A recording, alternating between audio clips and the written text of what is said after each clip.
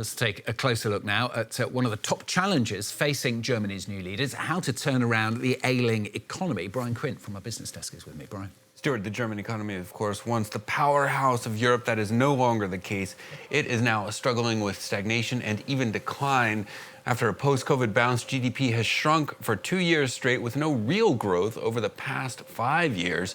The German economic model had been built on industrial exports to its two largest foreign markets, the US and China, chiefly automobiles, but also chemicals, household appliances, and electronics. But the ground has shifted. An ongoing downturn in China's domestic economy has weakened its consumers' appetite for European imports. The Chinese electric vehicle sector, in many ways, has overtaken Germany's, becoming a competitor not just in China, but even in Europe. Meanwhile, the U.S. under Trump is becoming increasingly hostile to foreign trade, with U.S. tariffs on European goods looming. Another systemic challenge, Germany's factories long depended on cheap energy, mainly in the form of Russian natural gas. The war in Ukraine has put an end to that. The result has been an exodus of manufacturing jobs. Volkswagen alone plans to cut some 35,000 positions by the end of the decade.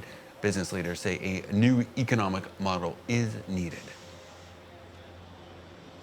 It's a difficult environment right now, and so more and more companies are really considering shifting production and skills outside Germany. We need new business models, we need new businesses, because the old existing businesses, they have somehow saturated, and so we need to come to a point to create more new things.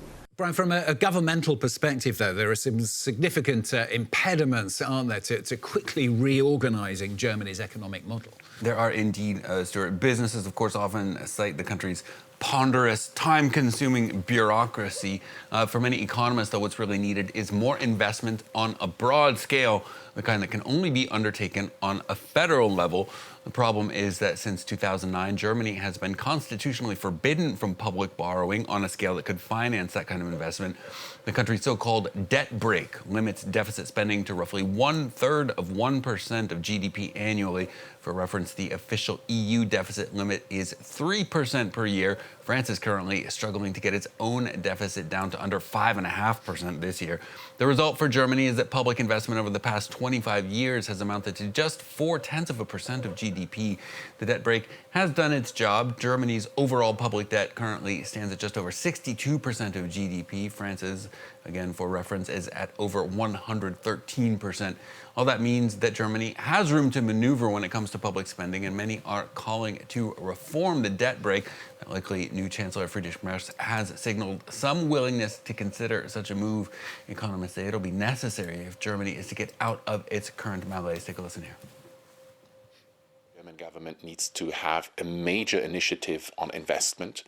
We have a bad environment concerning infrastructure, innovation, education, and climate change or climate protection, and as well as security. These are the 5 areas requiring massive additional investment, which stands in contrast and conflicts with the debt brake, which does not make that possible. So they need to solve that issue.